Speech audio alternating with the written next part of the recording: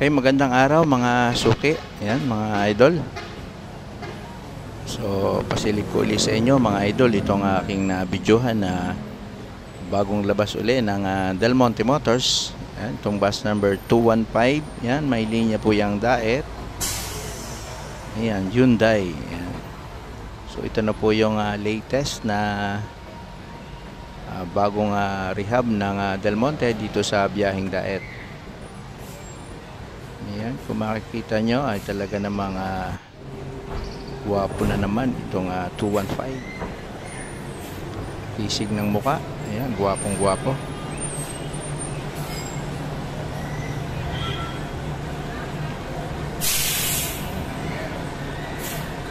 Yung bali ito mga idol ay mga 2 linggo na itong naibiyahe. So ngayon lang natin na tsempuhan dito sa turbina. So bali meron pang kasunod na nire-rehab ang Del Monte dito sa biyaheng Daet, itong 25M at saka 10K. Yan yung po yung may CR. Ayan ng biyaheng Daet. So para sa mga taga-Daet po nating pasahero, yung mga suki natin dyan, antay-antay lang po dito sa dalawang with CR na to. So yan, 215 2x2 ordinary aircon. Yan. So napakakisig ng mukha nito mga idol. Makikita niyo yung headlight na napakamahal na yan.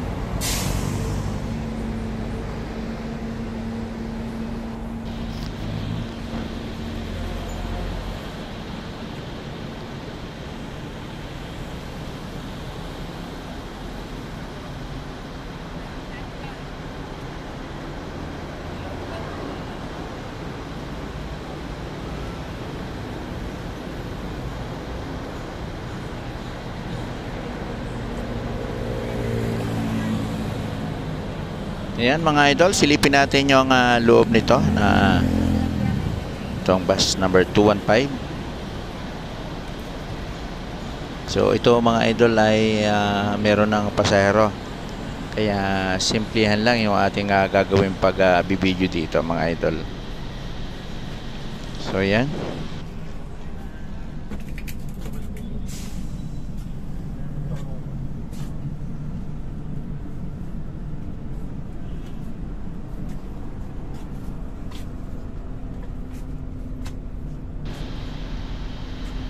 Yung flooring niya, yan mga idol, may ilaw. At saka po ito ay mayroong charging port. Hindi lang natin na i-focus ng ating camera. Ayan, meron din po ito sa tagiliran. Bawat upuan meron pong kanya-kanyang designated na charging port. Ito yung laging hinahanap ng mga pasahero. Ayan, kompleto accessories. So wala na rin hahanapin yung ating mga pasahero, halos kompleto na to.